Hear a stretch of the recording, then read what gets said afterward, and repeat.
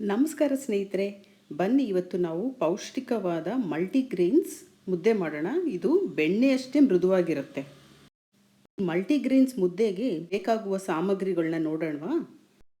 ಈ ಮುದ್ದೆ ಮಾಡೋಕ್ಕೆ ಮೆಂತ್ಯ ಕಾಳೆ ಪ್ರಾಮುಖ್ಯ. ನೋಡಿ, ಇವಾಗ ಅಳತೆ ಪ್ರಮಾಣ ನೀವು ಯಾವ್ದಾರ ಬಟ್ಲು ಉಪಯೋಗಿಸ್ಕೊಳ್ಳಿ, ಯಾವುದೇದು ಕಾಳುಗಳನ್ನ ಎಷ್ಟೆಷ್ಟು ಉಪಯೋಗಿಸ್ಕೊಬೇಕು ಅಂತ ಹೇಳ್ತೀನಿ. ನಾವು ಇವತ್ತು ನೋಡಿ ಈ ಬಟ್ಲು ತೊಗೊಳ್ತಾ ಇದ್ದೀವಿ. ಇದರಲ್ಲಿ 1.5 ಕಪ್ಪಷ್ಟು ಮೆಂತ್ಯ ಕಾಳು ತೊಗೊಳ್ಳೋಣ. ಪ್ರತಿನಿತ್ಯ ರಾಗಿ ಮುದ್ದೆ ತಿಂತಾ ಇರ್ತೀವಿ. ವಾರಕ್ಕೆ ಒಂದಿನ ಈ ಥರ ಮೆಂತ್ಯ ಮುದ್ದೆ ತಿನ್ನಿ, ತುಂಬ ಆರೋಗ್ಯವಾಗಿರ್ತೀರ. 1.5 ಕಪ್ಪಷ್ಟು ಈ ಕಪ್ನಲ್ಲಿ ಇವಾಗ ಮೆಂತ್ಯ ಕಾಳು ತೊಗೊಂಡಿದ್ದೀವಿ. ಮುಂದಿನ ಪದಾರ್ಥ ಬಂದು ಕಪ್ಪು ಉದ್ದು. ನೋಡಿ, ಈ ಥರ ನೀವು ಸಿಪ್ಪೆ ಇರೋದೇ ಈ ಥರ ಕಪ್ಪು ಉದ್ದೆ ತೊಗೊಬೇಕು. 3/4 ಕಪ್ಪಷ್ಟು ಉದ್ದಿನ ಕಾಳು ತೊಗೊಳ್ಳೋಣ. ಮಧುಮೇಹಿಗಳು ಈ ಮಲ್ಟಿಗ್ರೇನ್ ಮುದ್ದೆನ ಅವಾಗವಾಗ ಸೇವನೆ ಮಾಡ್ತಾ ಇದ್ರೆ ಶುಗರ್ ಲೆವೆಲ್ನು ಕೂಡ ಕಂಟ್ರೋಲ್ನಲ್ಲಿ ಇಟ್ಕೊಬಹುದು. ಮೆಂತ್ಯ ಉದ್ದು ಆಯಿತು. ಇವಾಗ ಮುಂದಿನ ಪದಾರ್ಥ ಬಂದು ಗೋಧಿ. ಇದನ್ನು 1/2 ಕಪ್ಪಷ್ಟು ಗೋಧಿ ತಗೊಳ್ಳೋಣ. ಈಗೇನು ರೆಡಿಮೇಡಾಗಿ ಎಲ್ಲ ಥರ ಪದಾರ್ಥಗಳು ಸಿಗುತ್ತೆ, ಆದರೆ ಸಮಯ ಇದ್ದರೆ ನೀವು ಮನೇಲೇ ಮಾಡಿಕೊಂಡ್ರೆ ಉತ್ತಮ. 4ನೇ ಪದಾರ್ಥ ಬಂದು ಅಕ್ಕಿ ಉಪಯೋಗಿಸ್ಕೊಳ್ಳೋಣ. ಅಕ್ಕಿ ಯಾವುದಾದ್ರೂ ಆಗುತ್ತೆ, ಪರವಾಗಿಲ್ಲ, ನೀವು ಊಟದ ಅಕ್ಕಿನೇ ಉಪಯೋಗಿಸ್ಕೊಬೋದು. ಅದನ್ನು ಕೂಡ 1/2 ಕಪ್ಪಷ್ಟು ತಗೊಳ್ಳೋಣ. ಈ ಮುದ್ದೆನ ಹೆಚ್ಚಾಗಿ ಬಾಣಂತಿಯರು ಕೊಡ್ತಾರೆ, ಹಾಗೂ ಹೆಣ್ಮಕ್ಳು ಮೆಚ್ಯೂರ್ ಆದಾಗೂ ಕೊಡ್ತಾರೆ. ಅಳತೆ ಪ್ರಮಾಣನ ಮತ್ತೊಮ್ಮೆ ಗಮನಿಸಿ. 1/2 ಕಪ್ ಅಕ್ಕಿ, 1/2 ಕಪ್ ಗೋಧಿ, 3/4 ಕಪ್ ಉದ್ದು ಹಾಗೂ 1.5 ಕಪ್ಪಷ್ಟು ಮೆಂತ್ಯ ಕಾಳು. ಈಗ ಒಂದೊಂದೇ ಕಾಳುಗಳನ್ನ ಮೀಡಿಯಂ ಫ್ಲೇಮ್ನಲ್ಲಿ ನಿಧಾನಗತಿಯಲ್ಲಿ ಹುರ್ಕೊಳ್ಳೋಣ. ಕಂದು ಬಣ್ಣ ಬರೋವರೆಗೂ ಹುರ್ಕೊಳ್ಳೋಣ. ಅತಿಯಾಗೂ ಇದನ್ನು ಉರಿಬಾರದು, ಇಲ್ಲಾಂದರೆ ಕಹಿ ಬರುತ್ತೆ ಜಾಸ್ತಿ. ಈ ಮುದ್ದೆ ಸೇವನೆಯಿಂದ ಸೊಂಟ, ಬೆನ್ನು, ತೋಳಿನ ಬಲನ ಹೆಚ್ಚಿಸ್ಕೊಳ್ಬೋದು. ಎಲ್ಲ ಥರ ಕಾಳು ಉಪಯೋಗಿಸಿರೋದ್ರಿಂದ ಈ ಮುದ್ದೆ ಸೇವನೆಯಿಂದ ನಿಶಕ್ತಿನ ನಿವಾರಣೆ ಮಾಡ್ಕೊಬೋದು. ಮೆಂತ್ಯ ಸೇವನೆಯಿಂದ ದೇಹನ ತಂಪಾಗಿಟ್ಕೊಬೋದು. ಹೀಗೆ ಎಲ್ಲ ಕಾಳುಗಳನ್ನು ಒಂದೊಂದನ್ನೇ ಸೆಪ್ರೇಟಾಗಿ ಹುರ್ಕೊಳ್ಳೋಣ. ಅಕ್ಕಿ ಕೂಡ ನಿಮ್ಗೆ ಗೊತ್ತಾಗುತ್ತೆ, ಅದು ಸ್ವಲ್ಪ ಬಿಸಿ ಆಗ್ತಾ ಒಂದು ಸ್ವಲ್ಪ ಎಲ್ಲ ಉದುರುದ್ರಾಗಿ ಒಂಥರ ಪಫಿ ಥರ ಆಗುತ್ತೆ. ನಮ್ಮ ಹಿಂದಿನ ವಿಡಿಯೋ ನೀವು ನೋಡಿದ್ರೆ ಇದೇ ಥರ ಮಲ್ಟಿಗ್ರೇನ್ಸ್ ಉಪಯೋಗಿಸ್ಕೊಂಡು ರುಚಿಯಾದ ತಂಬಿಟ್ಟು ಮಾಡಿದ್ದೀವಿ. ಆ ರೆಸಿಪಿ ಕೂಡ ನೀವು ಟ್ರೈ ಮಾಡಿ. ಈ ಮುದ್ದೆನ ಚಿಕ್ಕವರಿಂದ ದೊಡ್ಡವರು ಎಲ್ಲರೂ ಸೇವನೆ ಮಾಡ್ಬೋದು. ಮಕ್ಕಳಂದರೆ ತೀರಾ ಚಿಕ್ಕ ಮಕ್ಕಳಿಗೆ ಕೊಡೋದು ಬೇಡ. ಒಂದು 12ರಿಂದ 13 ವರ್ಷ ಮೇಲ್ಪಟ್ಟ ಮಕ್ಕಳು ಹಾಗೂ ದೊಡ್ಡವರು ಎಲ್ಲರೂ ಕೂಡ ಸೇವನೆ ಮಾಡ್ಬೋದು. ನೋಡಿ, ಹೀಗೆ ಕಂದು ಬಣ್ಣ ಬರೋವರೆಗೂ ಹುರ್ಕೊಬೇಕು. ಇವಾಗ ಕೊನೆಯದಾಗಿ ಉದ್ದುಕಾಳು, ಇದನ್ನು ಹುರ್ಕೊಳ್ಳೋಣ. ಹಾಗೆ ನೋಡಿ, ನಾನ್ ವೆಜ್ ತಿನ್ನೋರು ಈ ಥರ ಉದ್ದು ಕಾಳು ನಾವು ಉಪಯೋಗಿಸಲ್ಲ ಅಂತಾರೆ, ಯಾಕಂದರೆ ನಾನ್ ವೆಜ್ನಲ್ಲೇ ಪ್ರೋಟೀನ್ಸ್ ಎಲ್ಲ ಇದೆ ಅಂತ. ಆ ಥರ ಏನಿಲ್ಲ. ವೆಜಿಟೇರಿಯನ್ಸ್, ನಾನ್ ವೆಜಿಟೇರಿಯನ್ಸ್ ಇಬ್ಬರೂ ಉಪಯೋಗಿಸ್ಕೊಬೋದು. ಇನ್ನು ಅಧಿಕ ಪೌಷ್ಟಿಕಾಂಶ ಸಿಗುತ್ತೆ ನಿಮಗೆ. ಈ ಹುರ್ಕೊಂಡಿರೋ ಎಲ್ಲ ಕಾಳುಗಳನ್ನ ಚೆನ್ನಾಗಿ ಮಿಕ್ಸ್ ಮಾಡಿ ಅದು ತಣ್ಣಗಾಗೋವರೆಗೂ ಬಿಡಬೇಕು. ನಂತರ ಫ್ಲೋರ್ ಮಿಲ್ನಲ್ಲೇ ಅದನ್ನು ಮಿಲ್ ಮಾಡಿಸ್ಕೊಂಡು ಬನ್ನಿ.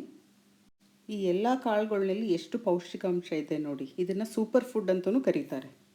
ನೋಡಿ, ಈಗ ಫ್ಲೋರ್ ಮಿಲ್ಲಲ್ಲಿ ಇದೆಲ್ಲ ನಾವು ಪುಡಿ ಮಾಡಿಕೊಂಡು ಬಂದಿದ್ದೀವಿ.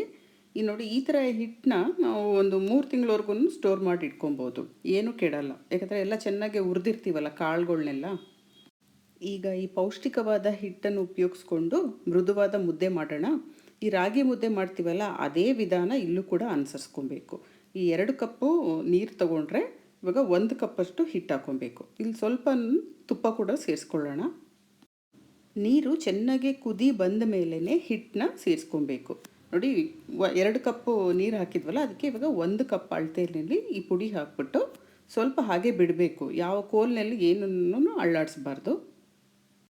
ಡಿಸ್ಕ್ರಿಪ್ಷನ್ ಲಿಂಕ್ನಲ್ಲಿ ರಾಗಿ ಮುದ್ದೆ ರೆಸಿಪಿ ಕೂಡ ಹಾಕಿದ್ದೀನಿ, ಆ ವಿಡಿಯೋ ಕೂಡ ತಪ್ಪದೇ ನೋಡಿ.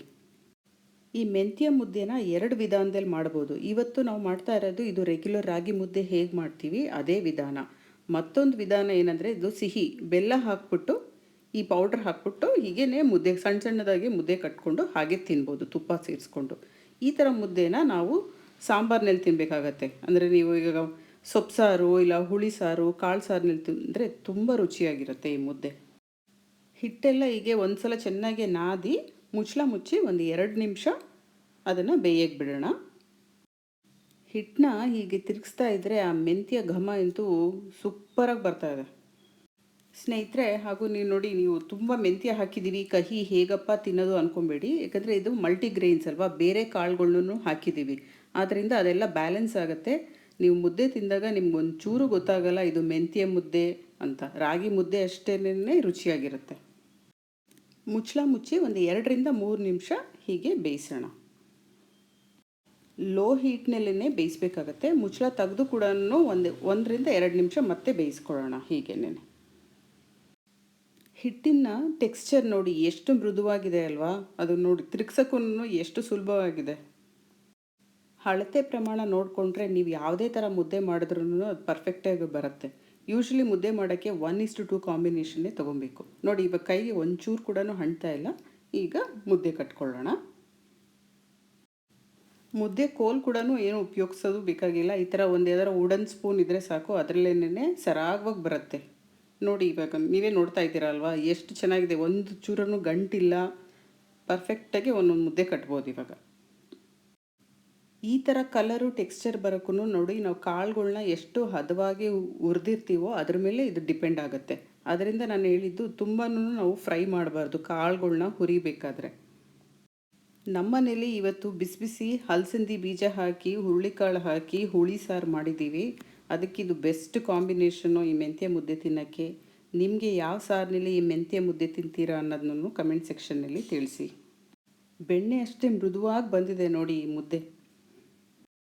ಸಿಹಿ ಮುದ್ದೆ ಮಾಡೋದನ್ನ ನಾನು ಹೇಳಿದ್ನಲ್ಲ, ಅದು ವಿಡಿಯೋ ಮಾಡ್ಕೊಳಕ್ಕಾಗಿಲ್ಲ. ಆದರೆ ಇಷ್ಟೇ ಸಿಂಪಲ್ ಅದು. ನಾನು ಹೇಳ್ದಾಗೆ ಬೆಲ್ಲ ಹಾಕಿ, ನೀರು ಮತ್ತು ಬೆಲ್ಲ ಸಮ ಪ್ರಮಾಣದಲ್ಲಿ ಹಾಕಿ ಹಿಟ್ಟು ಹಾಕಿದ್ರೆ ಆವಾಗ ಸಿಹಿ ಮುದ್ದೆ ರೆಡಿಯಾಗುತ್ತೆ. ನೋಡಿ ಇವಾಗ ಈ ಹುಳಿ ಸಾರಿನಲ್ಲಿ ಒಂದೊಂದು ಮುದ್ದೆನ ಜಮಾಯಿಸೋಣ.